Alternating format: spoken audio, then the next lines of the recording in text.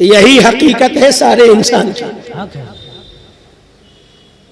جس کو بھی گھمنڈ ہے نا، جس کو بھی تکبر ہے اپنے اندر، اس شیطان کو نکالنا چاہتے ہو نا، ایک چیز ہمیشہ یاد رکھنا، ہمیشہ،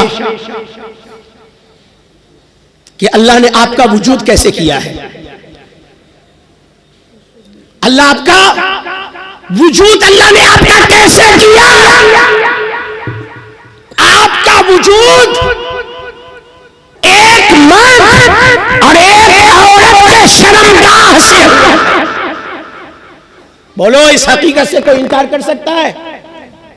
چاہے عالم، چاہے حافظ، چاہے قاری، چاہے مفتی، چاہے شیخ الحدیث، چاہے امیر، چاہے غریب، چاہے فقیر، چاہے اعلیٰ، چاہے ادنا، چاہے مزدور، چاہے گرستہ، چاہے گدیدار، چاہے لوٹ چلانے والا، چاہے چلوانے والا، چاہے سڑک پر جھاڑو لگانے والا یا جھاڑو لگوانے والا یا بلڈنگوں کا مالک یا کرایہ داری کرنے والا، بتاؤ سب کا وجود کیسے ہوا ہے.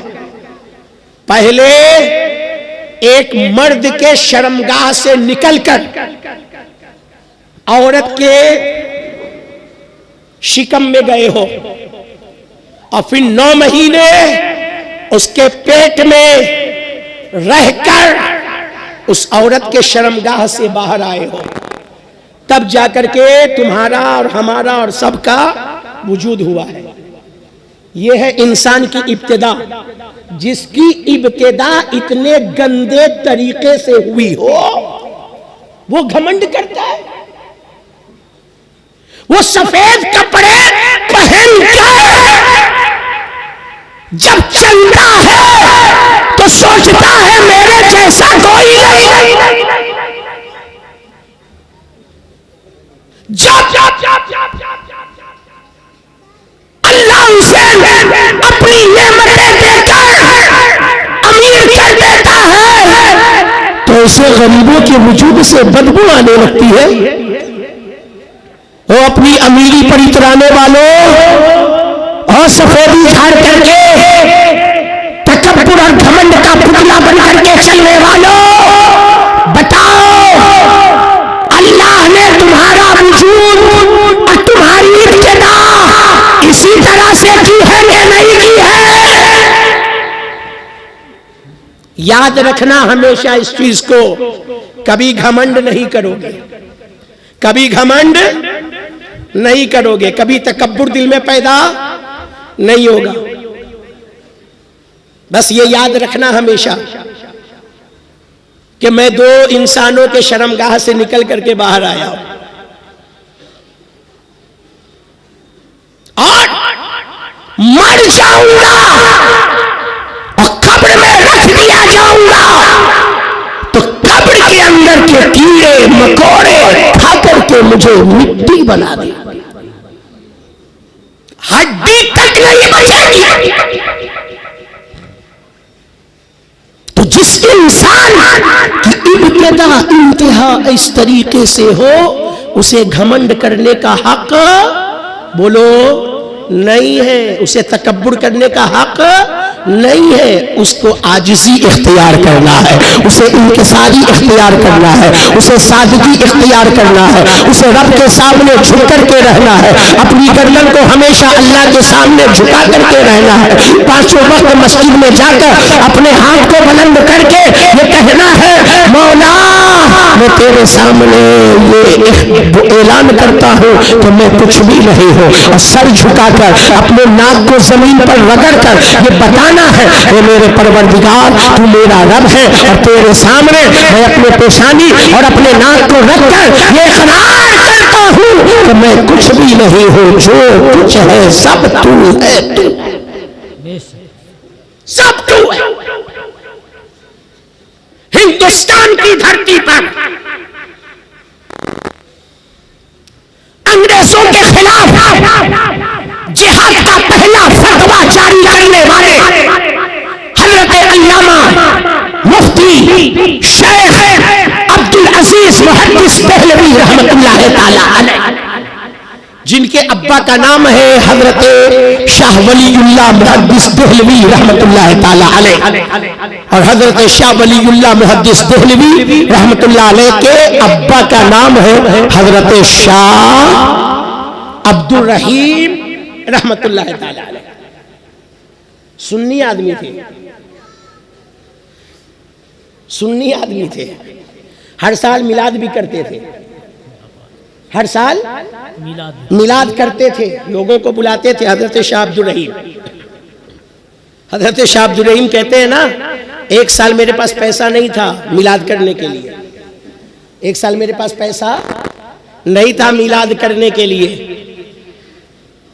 میں نے سوچا ہر سال سرکار کی میلاد کرتا ہوں، میلاد ہر سال کرتا ہوں، اس سال کچھ نہیں ہے، کیسے انتظام کروں گا؟ کہ میرے پاس تھوڑا سا چنا تھا بھونا ہوا، میرے پاس تھوڑا سا چنا تھا بھونا ہوا، میں نے لوگوں کو جمع کر لیا اور سرکار کی میلاد کر کے صلاۃ و سلام اور دعا کے بعد تبرک میں وہی بھونا ہوا چنا تھوڑا تھوڑا سب کو تقسیم کر دیا، اور کہتے ہیں جب رات کو سویا نا تو رسول اللہ صلی اللہ علیہ وسلم کی زیارت ہوئی اور دیکھا کہ سرکار وہی بھونا ہوا چنا تناول فرما رہے ہیں اور کہہ رہے عبد الرحیم جو تو نے تقسیم کیا تھا وہ مجھ تک پہنچ گیا ہے۔ سبحان اللہ، سبحان اللہ، سبحان اللہ۔ وہی حضرت شاہ عبد الرحیم حضرت شاہ ولی اللہ محدث دہلوی کے ابا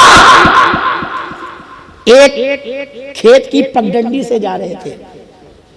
یہ جو کھیت ہوتے ہیں نا، آپ لوگ دیہات میں اگر کبھی جانا تو دیکھو گے جو کھیت ہوتے ہیں تو کھیتوں کی حد بندی کرنے کے لیے بیچ میں میڑ بنائی جاتی ہے، اسے پگڈنڈی بھی کہتے ہیں، اور بس وہ اتنا ہوتا ہے کہ ایک آدمی اس پر چل سکتا ہے، دو ایک ساتھ نہیں۔ اس کو بنانے کا مقصد یہ ہوتا ہے کہ ادھر کی زمین عبدالسلام کی ہے، ادھر کی زمین محمد اسلم کی ہے، ادھر کی زمین مولانا صاحب کی ہے، ادھر کی زمین حافظ جی کی ہے۔ ہاں، وہ پگڈنڈی سے نشان بنا دیا جاتا ہے، یہ والا کھیت فلاں صاحب کا ہے، یہ والا کھیت فلاں صاحب کا ہے، تو پگڈنڈی ہوتی ہے، میڑ ہوتی ہے۔ اسی پگڈنڈی پر حضرت شاہ عبد الرحیم چلے جا رہے تھے، بارش کا زمانہ تھا، ادھر بھی کھیت ادھر بھی کھیت، بیچ میں میڑ پگڈنڈی پر جا رہے تھے، اور پانی کی وجہ سے ادھر کی زمین بھی گیلی تھی اور ادھر کی زمین بھی گیلی تھی۔ حضرت شاہ عبد الرحیم آگے بڑھے، اسی پگڈنڈی پر دوسری طرف سے کتا چلا آ رہا تھا، اب ادھر سے وہ ادھر سے یہ سامنا ہو گیا دونوں آدمی کا، ادھر سے کتا ادھر سے یہ سامنا دونوں کا جب ہوا تو اب یہ کھڑے ہیں کہ کتا نیچے اترے تو میں آگے بڑھوں، اب کتا انتظار میں ہے کہ شاہ صاحب اترے تو ہم ادھر چلے جائیں، کیونکہ آپ لوگ اگرچہ نہ چلے ہو پگڈنڈی پر، میں چلا ہوں، اور ابھی تو ربیع الاول شریف کے مہینے میں ہی دیہات میں تقریر کرنے کے لیے گیا تھا، اور ایک دم کھیت میں پگڈنڈی پر سے چل کر کے جانا پڑا تھا، تو ابھی تازہ بھی واقعہ ہے پگڈنڈی پر چلنے کا، تو میں بتا رہا ہوں آپ کو۔ اب ادھر سے کتا انتظار کر رہا ہے، وہ آنکھ کھول کر کے دیکھ رہا ہے، شاہ صاحب اترو، ہم آگے بڑھے، اور شاہ صاحب اس کو دیکھ رہے کہ نیچے اتر جا، ہم آگے بڑھ جائے ادھر۔ میں نے کہا نا ولیوں کا مقام بہت اونچا ہے، حضرت شاہ عبد الرحیم اللہ کے ولی ہے، حضرت شاہ ولی اللہ محدث دہلوی جیسا فرما بردار اور ہندوستان کی زمین پر حدیث کی خدمت کرنے والے حضرت شاہ ولی اللہ جیسے فرزند کے ابا ہے حضرت شاہ عبد الرحیم۔ حضرت شاہ عبد الرحیم کھڑے ہیں، ادھر وہ کھڑا ہے، اخیر میں کتے نے کہا اپنی زبان میں، شاہ صاحب اتر جائیے، ہم چلے جائیں، اور کہا حضرت اگر آپ پگڈنڈی سے کھیت میں اتریے گا تو کیچڑ سے صرف آپ کا جوتا خراب ہوگا اور آپ کے جبے کا دامن خراب ہوگا۔ اہل اسٹیج توجہ، باتیں بڑے مارکے کی ہے، آپ کے لیے بھی ہے، ہمارے لیے بھی ہے، شاید آپ نے پہلے سنا بھی نہ۔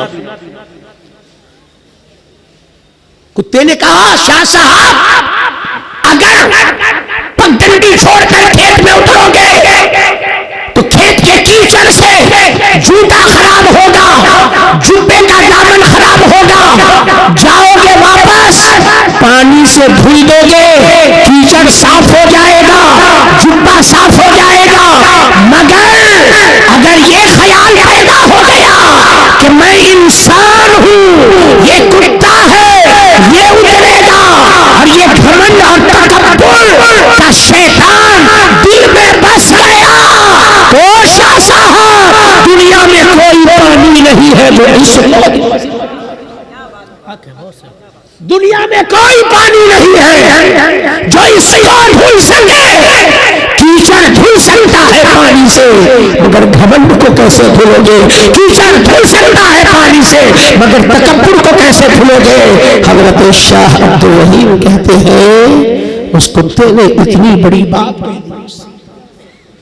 آج یہی تو ہوتا ہے نا، یہی ہوتا ہے نا، ہم کہیں پر بیٹھے ہوتے اور کوئی آ گیا تو ہم بیٹھے ہیں، کاہے اٹھے ہم اس سے کم ہیں کیا؟ کاہے اٹھے ہم کم ہیں کیا؟ یہ کیا ہے؟ کہ آپ کا تکبر ہے جو آپ کو اٹھنے نہیں دیتا۔ آپ اللہ کے بندوں کو عزت دو، آپ اللہ کے بندوں کو حقیر نہ سمجھو، کسی کو ذلیل نہ سمجھو، عزت دو کہ عزت ملے گی۔ لوگوں کو عظمت دو گے تو اللہ عظمت عطا کروائے گا۔ اس لیے اے لوگوں تکبر سے بچو، گھمنڈ سے بچو، میں کرنے سے بچو۔ آج ہم لوگوں کے اندر عادت ہو گئی ہے، یہ کام میں نے کیا، یہ کام میں نے کیا، یہ کام میں نے کیا۔ جانتے ہو یہ میں کتنی خراب چیز ہے؟ حضرت حافظ محمد فتح رحمت اللہ علیہ ایک بزرگ گزرے پاکستان کی دھرتی پر۔ انہوں نے جب قرآن شریف کے اندر یہ واقعہ پڑھا تفسیر میں کہ جب سارے فرشتے سجدے میں چلے گئے اور شیطان کھڑا رہ گیا، توجہ اہل اسٹیج، جب سارے فرشتے سجدے میں چلے گئے اللہ نے کہا آدم کو سجدہ کرو، سب فرشتے سجدے میں چلے گئے، شیطان کھڑا رہا۔ تو اللہ نے شیطان سے کہا تو نے آدم کا سجدہ کیوں نہیں کیا؟ تو نے آدم کا سجدہ کیوں نہیں کیا؟ جس میں کہ جانتے ہو شیطان کی عبادت کا عالم جانتے ہو، 6 کروڑ سال اس نے اللہ کی عبادت کی ہے، لاکھ نہیں، 6 کروڑ سال اللہ کی عبادت کی ہے شیطان نے۔ فرشتے جھولا جھولاتے تھے اور فرشتوں کو پڑھایا کرتا تھا، معلم الملائکہ تھا، سجدہ نہیں کیا۔ اللہ نے کہا تو نے سجدہ کیوں نہیں کیا؟ تو اس نے کہا وَأَنَا خَيْرٌ مِّنْهُ وَأَنَا خَيْرٌ مِّنْهُ۔ انا کے مطلب میں، انا عربی کا لفظ ہے، انا میں آدم سے بہتر ہوں، وَأَنَا خَيْرٌ مِّنْهُ، میں آدم سے بہتر ہوں۔ کہا وَأَنَا، میں آدم سے بہتر۔ حضرت حافظ فتح محمد صاحب کہتے ہیں کہ جب قرآن کی تفسیر میں نے پڑھی یہ جملہ اتنا اثر کیا کہ انہوں نے قسم اٹھائی کہ میں ساری زندگی سب بولوں گا مگر میں نہیں بولوں گا، میں نہیں بولوں گا، میں کا لفظ استعمال کروں گا ہی نہیں، کیونکہ اسی لفظ میں نے شیطان کو اللہ کی بارگاہ سے مردود کر دیا اور راندے درگاہ ہو گیا۔ اس لفظ کے اندر اس قدر معاملہ یہ ہے، انہوں نے قسم اٹھا لیا میں کبھی بھی زندگی میں کا استعمال نہیں کروں گا۔ تو ولیوں کے دشمن تو ہر زمانے میں ہے نا، جب غوث اعظم کے زمانے میں اس طریقے کے لوگ موجود تھے جو ولیوں کے دشمن، ولیوں کے گستاخ، آج کے زمانے میں بھی ہے ولیوں کے گستاخ۔ غریب نواز کے احسان سے کلمہ پڑھا ہے اور کہتا ہے غریب نواز کیا ہے، مخدوم کا شوچہ کیا ہے، غوث پاک کیا ہے۔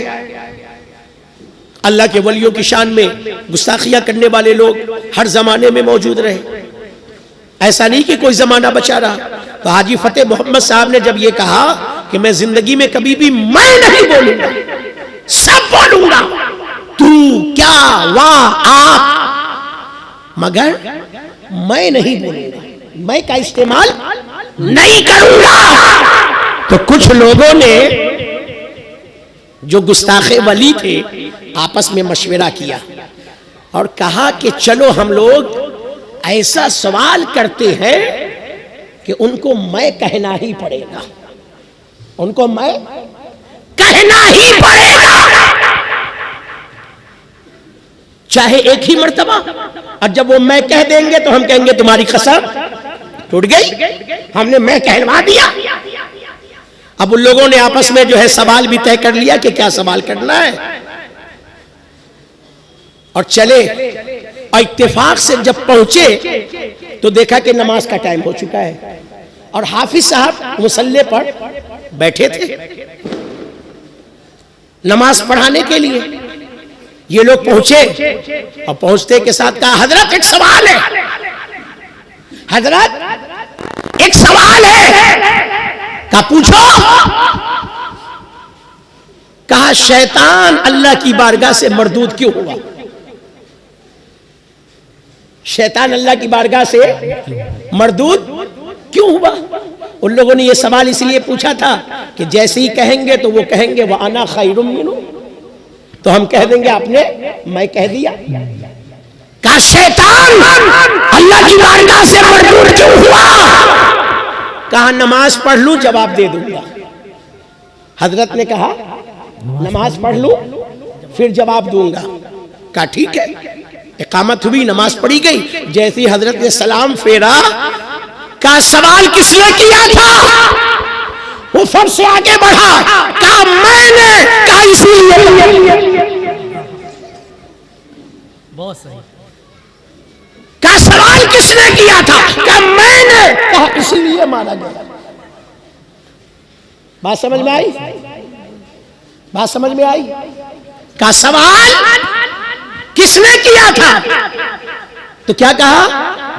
میں نے، کہا اسی لیے مانا گیا۔ جو تم میں بول رہا ہے نا، یہی شیطان بھی بولا تھا، اسی لیے مارا گیا۔ تو آئے تھے ولی کو ذلیل کرنے کے لیے، خود ہی ذلیل ہو کر کے چلے گئے، خود ہی ذلیل ہو کر کے چلے گئے۔ تو اولیاء اللہ کی شان میں کبھی گستاخی نہ کرنا، اور بتانے کا اصل مقصد یہ ہے کہ میں کی جو نعرہ لگاتے ہو اس نعرے پر نہ رہنا، ہمیشہ یہ کہنا جو کچھ ہوا اللہ کے کرم سے ہوا، جو کچھ ہوا مصطفیٰ جان رحمت کے صدقے میں ہوا، جو کچھ ہوا ولیوں کے نگاہ کرم سے ہوا، جو کچھ ہوا میرے رب کی عطا سے ہوا، جو کچھ ہوا میرے رب کے فضل سے ہوا۔ اپنے رب کا فضل ہر چیز میں شمار کرتے جاؤ گے، رب آپ کے کام کو آسان کرتا جائے گا، آپ کے کام کو بناتا جائے گا۔ اے لوگوں، تکبر اختیار نہ کرنا، گھمنڈ اختیار نہ کرنا۔ گھمنڈ اور تکبر یہ ہمارے لیے نہیں ہے۔ گھمنڈ کرنے کی ذات اگر کوئی ہے تو وہ پاک پروردگار کی ہے، تکبر اگر کسی کے لیے ہے تو وہ اللہ کے لیے ہے، کہ اس کی صفت متکبر ہے، اسے حق ہے، ہمیں حق نہیں ہے۔ ہمیں اللہ نے انسان بنایا ہے، ہمیں انسان پڑھ کر کے زندگی گزارنا۔ درود شریف پڑھے اللہم صلی علی سیدنا مولانا محمد بارک وسلم صلو علیہ وسلم علیک یا حبیبی یا رسول اللہ صلی اللہ تعالی علیہ وسلم۔ محترم حضرات، یہ محفل پاک کو حضور سیدنا بڑے پیر صاحب، پیروں کے پیر، میروں کے میر، اللہ کی عطا سے ہم سب کے دستگیر محبوب سبحانی قطب ربانی شہباز لامکانی قندیل نورانی حضور سیدنا شیخ محی الدین عبدالقادر جیلانی رحمت اللہ تعالی علیہ کے ورضی اللہ تعالی عنہ سے نسبت حاصل ہے۔ تو تذکرہ سرکار غوث اعظم بھی تھوڑا سا کر دوں۔ غوث اعظم کی شان اور مرتبے اور عظمت اور ان کے بلندی کو سمجھنا ہے نا تو بس ایک میں واقعہ بتا رہا ہوں، اسی سے آپ سمجھ جاؤ گے۔ حضرت شیخ عبد القادر جیلانی رحمۃ اللہ تعالی علیہ بڑے پیر صاحب جب پورے جاہو جلال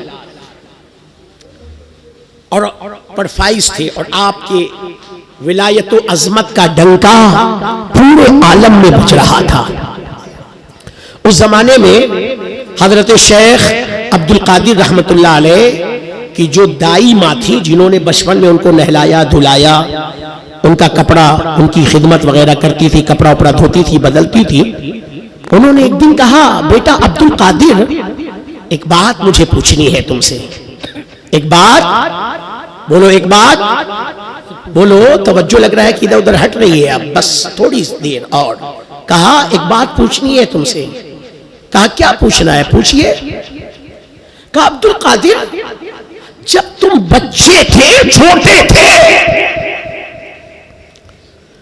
اور تمہارے دوست بچے چھوٹے چھوٹے دوست تمہارے پاس جب آتے تھے تو تم ان کے ساتھ چھپا چھپی کھیلا کرتے تھے، کیا کھیلا کرتے تھے؟ آپ بھی کھیلتے ہو نا، کہیں چھپا چھپی بولتے ہیں، کہیں آئس پائس بولتے ہیں، کہیں آنکھ مچولی بولتے ہیں۔ اس میں کیا ہوتا ہے ایک لڑکا اپنے آنکھ پر پٹی باندھ کے ہاتھ رکھ لیتا ہے اور سارے بچے چھپنے چلے جاتے ہیں۔ آپ بہت کھیلتے تھے بچپن میں، اور اس کے بعد آنکھ بند کر کے وہ کھڑا رہتا ہے، چلاتا ہے آ جاؤں، آنکھ کھول دوں، سب کہتے ہیں ابھی نہیں ابھی نہیں ابھی نہیں، اور اس کے بعد جب سب چھپ جاتے ہیں کہتے ہیں آ جاؤ، اب وہ آنکھ کھول کر لگتا ہے ڈھونڈنے، جسے سب سے پہلے پکڑ لیا اب وہ آنکھ بند کرتا ہے اور باقی سب چھپنے چلے جاتے ہیں۔ صحیح بتا رہا ہوں نا، میں نے نہیں کھیلا، آپ نے بہت کھیلا ہے، صحیح بتائیے گا آپ کی، صحیح ہے؟ چلیے آپ نے کہہ دیا صحیح ہے تو صحیح ہے۔ اب اس کے بعد اس نے جس کو پکڑ لیا پہلے اب وہ آنکھ بند کرے گا، صحیح ہے نا حضرت؟ صحیح ہے، اب وہ آنکھ بند کرے گا، پھر سب کھیلنے چلے جائیں گے۔ یہ سلسلہ بچوں کا چلتا ہے، جب تھک جاتے ہیں تو اپنے اپنے گھر چلے جاتے ہیں۔ حضرت شیخ عبد القادر جیلانی رحمت اللہ علیہ کی دائی ماں نے کہا بیٹا عبد القادر جب تمہارے دوست آتے تھے اور تم ان کے ساتھ چھپا چھپی کھیلتے تھے تو میں دیکھتی تھی تمہارا کوئی دوست چھت پر چھپ جاتا تھا، کوئی دروازے کے پیچھے چھپ جاتا تھا، کوئی سامانوں کے پیچھے چھپ جاتا تھا، کوئی کمرے میں جا کر کے چھپ جاتا تھا، کوئی جھاڑ میں جا کر کے چھپ جاتا تھا، کوئی باغوں میں جا کر کے چھپ جاتا تھا، کوئی گلیوں کے نکڑوں پر جا کر کے چھپ جاتا تھا۔ عبد القادر میں سب کو دیکھتی رہتی تھی کون کہاں چھپ رہا ہے، مگر اے عبد القادر میں نے تمہیں کبھی نہیں دیکھا کہ تم کہاں چھپا کرتے ہو، میں نے تمہیں کبھی نہیں دیکھا تم کہاں جا کر کے چھپا کرتے تھے۔ او چاند کے بلندی پر جھنڈا بلند کرنے والوں، اگر دنیا کے اعتبار سے بات کرتے ہو تو ہمیں فخر ہے تم پر، کیونکہ ہم ملک ہندوستان کے باشندے ہیں۔ ایک باشندے ہونے کی حیثیت سے، ایک ملک کا رہنے والے اچھا وفادار شہری ہونے کی حیثیت سے ہمیں فخر ہے کہ ہمارے ملک کا جھنڈا تم نے چاند پر لے جا کر کے لہرا دیا، اور فخر اس لیے بھی ہے کہ اس سائنسدانوں کی جو کمیٹی تھی اس میں کئی مسلمان نام بھی تھے جنہوں نے محنت کی تھی اور اس محنت میں حصہ لیا تھا، تب جا کر کے چاند کی بلندی پر جھنڈا ہندوستان کا فہرایا تھا۔ ہمیں فخر ہے ایک ملکی شہری ہونے کی وجہ سے، مگر جب مذہب کی طور پر بات کرو گے، اسلام کے طور پر بات کرو گے، مسلمان ہونے کی حیثیت سے بات کرو گے تو سنو چاند کی بلندی پر 1400 برس کے بعد جھنڈا پھہرانے والوں وہ بھی مسلمان کی وجہ سے، ورنہ دنیا کے اعتبار سے سوچو جب سے دنیا بنی ہے کروڑوں کروڑوں سال گزر گئے، اس کے بعد تم دنیا کے اس چاند تک پہنچے ہو، مگر سنو غوث اعظم کی دائی ماں نے جب کہا عبد القادر سب چھپا کر جاتے تھے میں سب کو دیکھا کرتی تھی، عبد القادر تو کہاں جا کر کے چھپا کرتا تھا؟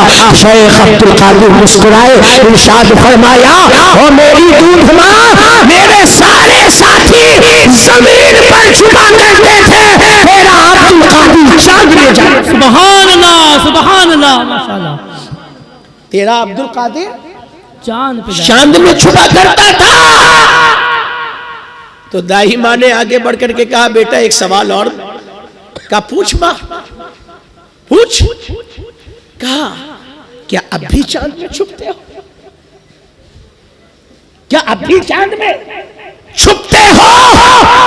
سرکار غوث اعظم مسکرائے، مسکرا کر کے کہنے لگے دائی ماں اب بات بہت آگے نکل گئی ہے، اب عبد القادر چاند میں نہیں چھپتا ہے، اب نہ جانے کتنے چاند عبد القادر کے دامن میں چھپے۔ سبحان اللہ، نعرہ تکبیر، نعرہ رسالت، شان غوث اعظم، عظمت غوث اعظم، علماء اہل سنت، ماشاءاللہ ماشاءاللہ۔ کہا اب بات بہت آگے نکل گئی ہے، اب عبد القادر چاند میں نہیں چھپتا ہے، اب نہ جانے کتنے چاند عبد القادر کے دامن میں چھپا کرتے ہیں۔ وہ سرکار غوث اعظم جن کی عظمت یہ ہے، جن کا مقام یہ ہے، جن کا مرتبہ یہ ہے، مگر اللہ سے ڈرتے کتنے ہیں، اللہ کا خوف کتنا ہے۔ حضرت سیدنا شیخ سعدی رحمت اللہ تعالیٰ علیہ جن کے بہت سارے اشعار اور بہت سارے قول حضرت علامہ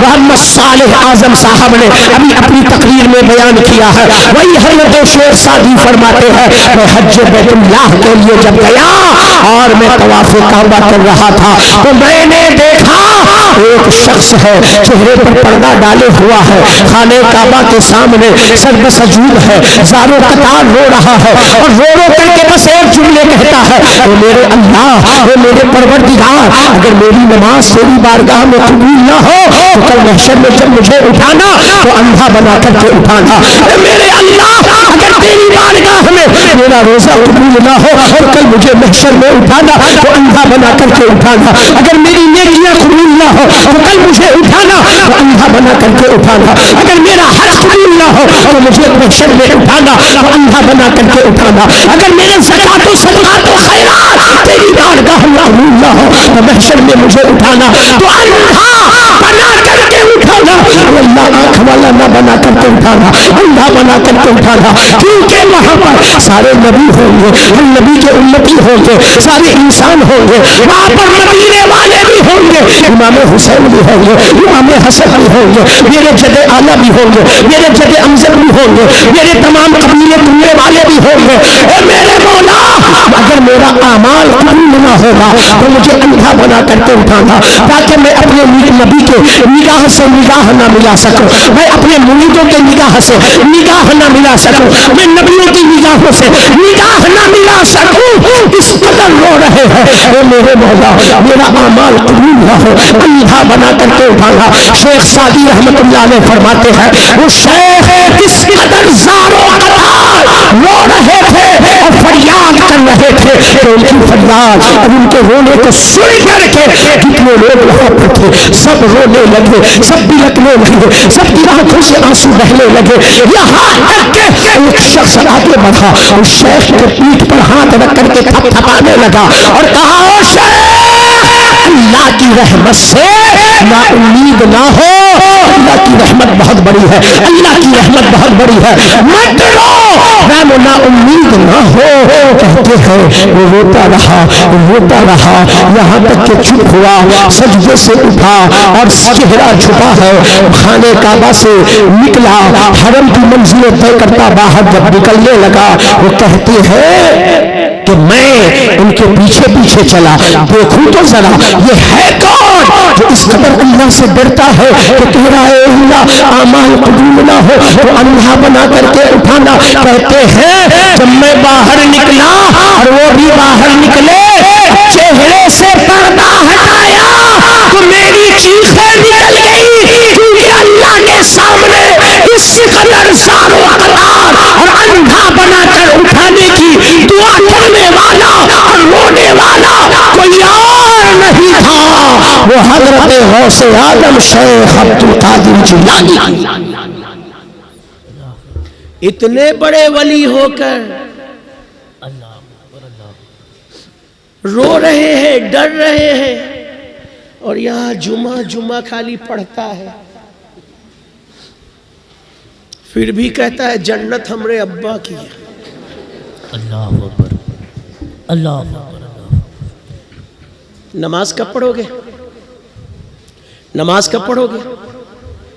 عشاء پڑھ کر کے آئے نہیں ہو، فجر پڑھنے کا ارادہ نہیں ہے، کیا یہ مسلمان کی زندگی ہے؟ ہر چیز کی ایک پہچان ہوتی ہے، مسلمان کی پہچان کیا ہے؟ مسلمان کی پہچان نماز ہے۔ نماز کیوں نہیں پڑھتے؟ مسجد آباد کیوں نہیں کرتے؟ گیان واپی کا مسئلہ جب اخبار کے ذریعے سے زور و شور سے اٹھایا جاتا ہے، اور جب یہ باتیں آتی ہے کہ گیان واپی مسجد کے اندر کھدائی ہو رہی ہے تو جانچ ہو رہا ہے، مسجد کو گرا دیا جائے گا تو مسجد یہ کر دیا جائے گا، تو بڑے جوش کے ساتھ کہتے ہو ہم گردن کٹا دیں گے، مسجد گرنے نہیں دیں گے، بولتے ہو نا؟ گردن کٹا دیں گے، مسجد گرنے نہیں دیں گے۔ میں کہتا ہوں گردن بعد میں کٹانا، پہلے گردن جھکانا۔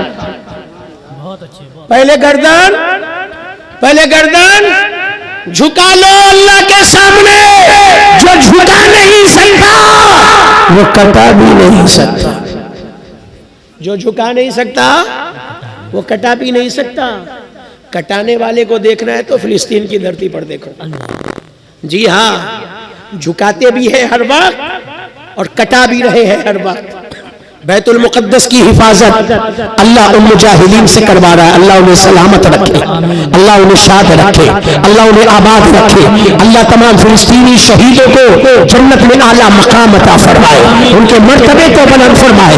دیکھنا ہے کٹانے والے تو فلسطین کی دھرتی پر دیکھو کہ صبح شام گولیاں کھا کر، بارود کھا کر، بم کھا کر، جانے دے کر بھی اذان ہوتی ہے تو سر جھکا دیتے ہیں، اور جب گولیاں چلتی ہے تو حق ہے، بے شک حق ہے۔ ہم اور آپ کیا کٹائیں؟ نہ جھکانے کی فکر ہے نہ کٹانے کی فکر ہے، صرف زبان پر ہمارے زبانی جمع خرچ ہے۔ اے مسلمانوں، حالات اور وقت اتنے خراب ہو گئے، ابھی بھی نہ سدھرو گے تو کب سدھرو گے؟ اپنے رب سے رشتہ جوڑو گے تو کب جوڑو گے؟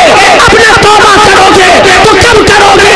اپنا صحیح راستہ اختیار کرو گے تو کب کرو گے؟ کیا مر جاؤ گے تب؟ مرنے کے بعد ہائے افسوس کرنے سے کچھ نہ رہے گا۔ کیا آپ کو خبر نہیں ہے ابھی 10 دن 1 ہفتہ پہلے زلزلے کے جھٹکے لگے تھے؟ بتاؤ جیسا جھٹکا نیپال میں آیا کہ ہزاروں سینکڑوں مکان گر گئے، اگر وہی جھٹکا یہاں پر آ گیا ہوتا تو نہ یہ مکان ہوتا نہ ہم ہوتے۔ اللہ سے ڈرتے نہیں ہو، بس اسٹیٹس میں لگا دیا جھٹکا آیا زلزلہ آیا، جھٹکا آیا زلزلہ آیا، بس یہی آپ کا کام ہو گیا۔ اس لیے نمازوں کی پابندی کرو۔ کیوں زلزلے کے جھٹکے آتے ہیں؟ کیوں زلزلہ آتا ہے؟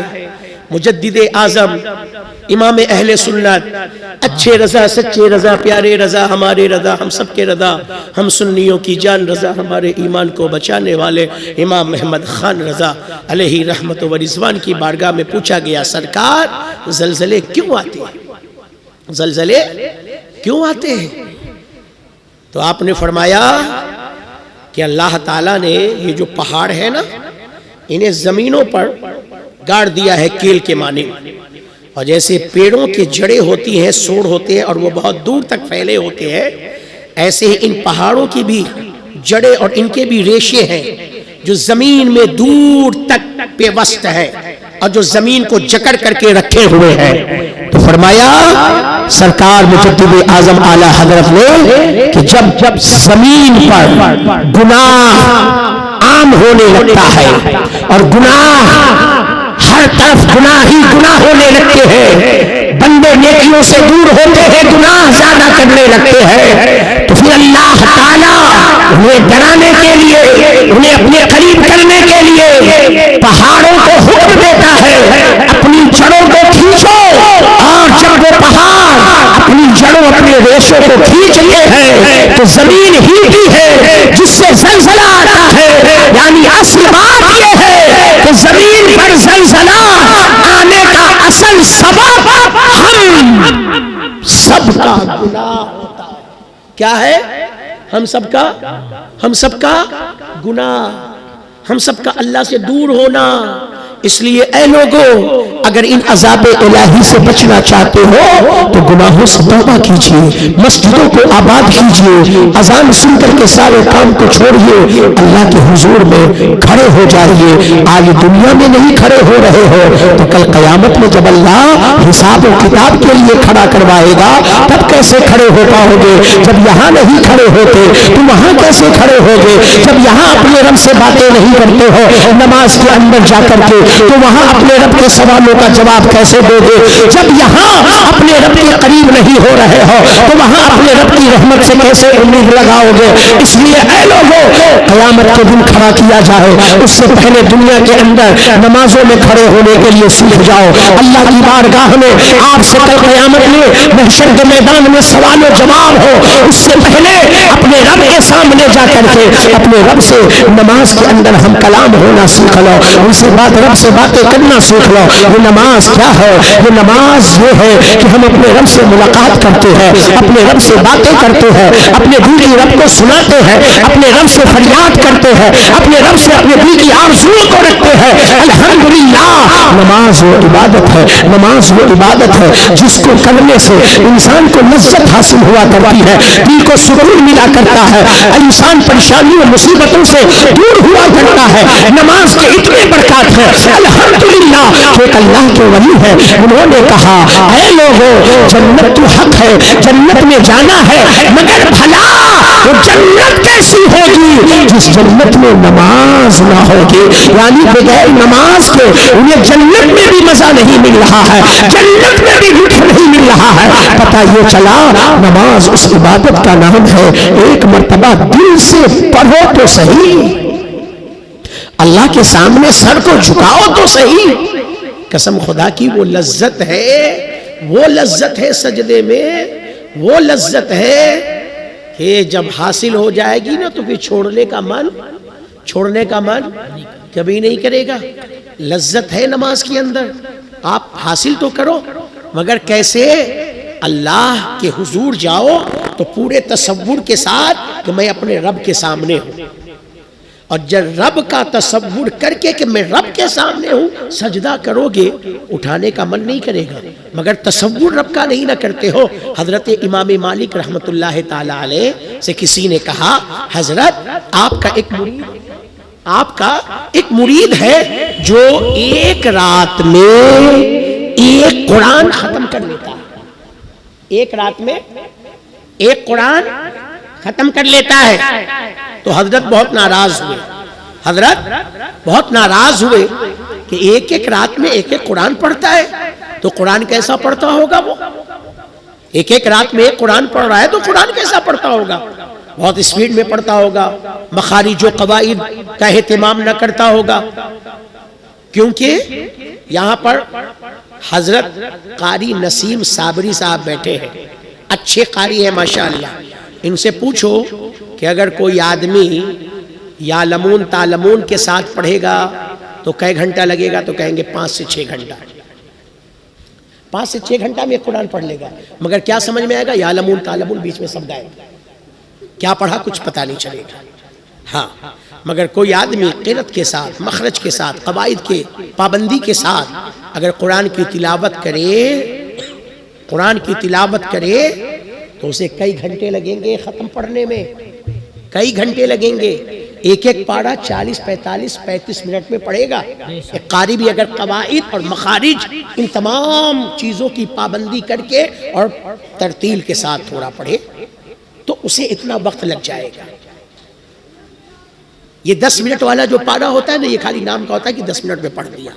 10 منٹ کا پارہ پڑھنے والوں پر قرآن لعنت کرتا ہے، قرآن لعنت کرتا ہے. کیونکہ 10 منٹ میں جو پارہ پڑھے گا نہ مد ادا کرے گا، نہ غنہ، نہ اخفا، نہ ادغام، کچھ بھی ادا نہیں کرے گا، حرف کی بھی پابندی نہیں ہو پائے گی، وہ کتنی اسپیڈ میں پڑھے گا اسے خود سمجھ میں نہیں آئے گا، اور سننے والے کو سمجھ میں آئے گا۔ اور اللہ کے نبی نے فرمایا جو قرآن کو غلط طریقے سے پڑھتا ہے تو قرآن اس پڑھنے والے پر لعنت کیا کرتا ہے، لعنت، قرآن لعنت کرتا ہے پڑھنے والے پر۔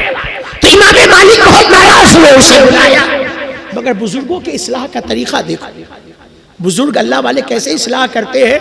بلا کر کے یہ نہیں کہا میں نے تم کو سکھایا ہے قرآن ایک رات میں پڑھنے کے لیے، کہا بیٹا آج رات جب قرآن پڑھنا نا تو تصور کرنا کہ میرے استاد امام مالک سامنے بیٹھے ہیں اور میں ان کو سنا رہا ہوں، میں ان کو سنا رہا ہوں، صبح مل لینا۔ کہا ٹھیک ہے، پوری رات تلاوت کرتے رہے، صبح آئے، حضرت نے کہا کیا ہوا؟ کہا حضرت جب میں نے یہ تصور کیا کہ آپ کو سنا رہا ہوں تو 18 پارہ سے زیادہ نہیں پڑھ پایا۔ کتنا؟ 18 پارہ مکمل نہیں کر سکا، 18 پارے سے زیادہ نہیں پڑھ سکا۔ حضرت نے فرمایا ٹھیک ہے، آج رات میں جب تلاوت کرنا تو یہ تصور کرنا کہ سامنے مدینے والے سرکار بیٹھے ہیں، آمنہ کے لال بیٹھے ہیں، امام الانبیاء بیٹھے ہیں، سید المرسلین بیٹھے ہیں، طٰہٰ و یاسین بیٹھے ہیں، محبوب رب العالمین بیٹھے ہیں، صاحب قرآن سبحان اللہ سبحان اللہ، ان کو سنا رہا۔ صبح مل لینا۔ جب صبح ہوئی کہا کیا ہوا؟ کہا حضرت جب مدینے والے کے تصور میں میں نے تلاوت شروع کی پوری رات میں سورہ بقرہ بھی ختم نہیں کر سکا، پوری رات میں سورہ بقرہ بھی ختم نہیں کر سکا۔ کہا بیٹا آج رات جب پڑھنا تو یہ تصور کرنا کہ اپنے رب کو سنا رہے ہیں، جس رب کا کلام ہے اسی رب کو سنا رہے ہیں۔ کہا ٹھیک ہے، اور جب رات ہو گئی پڑھتے گئے، صبح ہوئی، کہا بیٹا کیا ہوا؟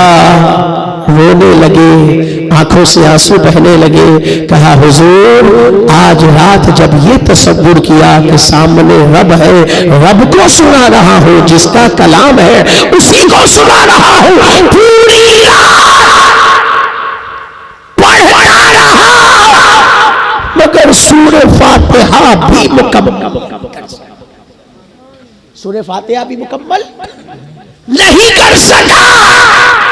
بتانے کا مقصد یہ ہے نماز پڑھو رب کے تصور کے ساتھ کہ اپنے رب کے سامنے کھڑا ہوں، رب مجھے دیکھ رہا ہے، میرا رب حاضر ہے، میرا رب موجود ہے۔ اللہ کی قسم رکوع کرو گے تو اٹھنے کا من نہ کرے گا، سجدہ کرو گے تو سجدے سے اٹھنے کا من نہ کرے گا، وہ سرور ملے گا، وہ لذت حاصل ہوگی، وہ جو ہے آپ کو لطف ملے گا کہ اللہ کی قسم ظہر پڑھ کر کے عصر کا انتظار کرو گے، عصر پڑھ کر مغرب کا انتظار کرو گے، مغرب پڑھ کر عشاء کا انتظار کرو گے، عشاء پڑھ کر بستر پر جاؤ گے مگر فجر کا انتظار۔ اسے لذت نماز کہتے ہیں۔ تو نمازوں کی پابندی کیجئے اس سے پہلے کہ آپ کی نماز جنازہ پڑھی جائے۔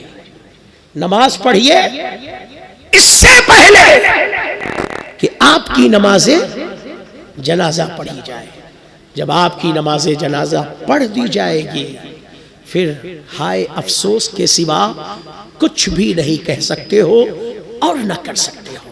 یا ایھا الذین آمنوا اتقوا اللہ وکونوا مع الصادقین، اے ایمان والو اللہ سے ڈرو اور سچوں کے ساتھ ہو جاؤ۔ اللہ سے دعا ہے بولنے میں کسی طرح کی سہون قصدن خطا لغزش بھول چوک کمی بیشی مجھ سے ہو گئی ہو تو میں آپ سب کو رب کی بارگاہ میں گواہ بنا کر سچے دل سے توبہ کرتا ہوں۔ سب کو مل کر کے پڑھے استغفر اللہ ربی من کل ذنب و اتوب الیہ، پڑھے لا الہ الا اللہ محمد رسول اللہ۔